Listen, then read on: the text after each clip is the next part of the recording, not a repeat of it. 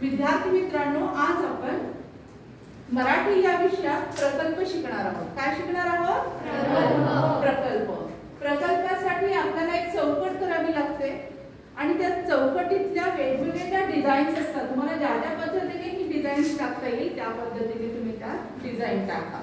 म्हणजे एकंदर ते प्रोजेक्टचं जे पान आहे ते पान आपलं अतिशय सुंदर दिसायला पाहिजे. त्यामुळे काय होईल, आपल्यामध्ये चित्रकलेची आवड निर्माण होईल. आपण आपले जे विचार आहेत ते आपण चांगल्या पद्धतीने व्यक्त करू शकू. त्याचबरोबर आपल्याला सुंदर लिहिता येईल. त्यातल्या रस्व दीर्घाच्या चुका सुद्धा आपल्या नजरेत येतील, लक्षात येतील आणि आपलं लेखन अतिशय उत्कृष्ट होईल.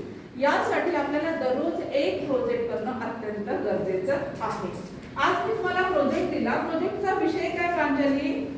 आपणास माहित असलेल्या दोन कविता प्रत्येकी 5 ओळीत लिहा. Very good. पुन्हा एकदा सांग. आपणास माहित असलेल्या दोन कविता प्रत्येक 5 ओळीत लिहा. प्रत्येकी 5 ओळीत लिहा. प्रत्येकी म्हणजे मी तुम्हाला 2 कवितांचा प्रोजेक्ट करायला देते आहे. या 2 कवितांचा प्रोजेक्ट करत असताना एक कविता कोणतीही असू दे, आपण पहिल्या वर्गापासून अनेक कविता शिकतो आणि आपल्याला माहित आहे पाठांतर आहेत कविता, बरोबर आहे ना? तर ती कुठलीही एक कविता घ्यायची आणि त्याच्या 5 ओळी लिहायच्या या प्रोजेक्ट मध्ये. ठीक आहे. याच्यासाठी एक सेपरेट एक पान करा. ते पान रंगवा हवं तर काय काय डिझाईन करता येईल तेवढं करा. तुम्हाला मेहंदीचं डिझाईन येते, मुलांना सुद्धा वेगवेगळं डिझाईन येतं. तर त्या डिझाईन सगळं ही जी चौकट आहे ही काय करायची, डेकोरेट करायची, बरोबर आहे? आता मला सांगा, या कवितेचं शीर्षक काय? सगळेजण सांगा. जय जय जय हे भारत देशा. पुन्हा ठिकाणी सांगा.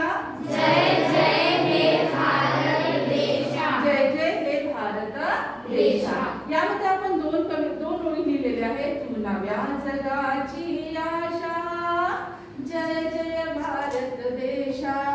तू नव्या जगाची आशा, जय जय भारत देशा.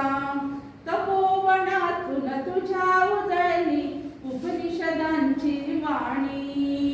माती मधुनी तुझ्या जन्मल्या नवरत्नांच्या खाणी. तू नव्या जगाची आशा, जय जय भारत देशा. म्हणा. तू नव्या जगाची आशा, जय जय भारत देशा. जय जय भारत देशा. मित्रांनो, अशा आपण 5 ओळीमध्ये हे लिहिणार आहोत. ठीक आहे. ही कविता झाली की तुम्ही काय करा, दुसरी कविता घ्या आणि त्या कवितेच्या 5 ओळी लिहा. 5व्या वर्गापासून 10व्या वर्गापर्यंत कुठलीही कविता तुम्हाला लिहिता येईल.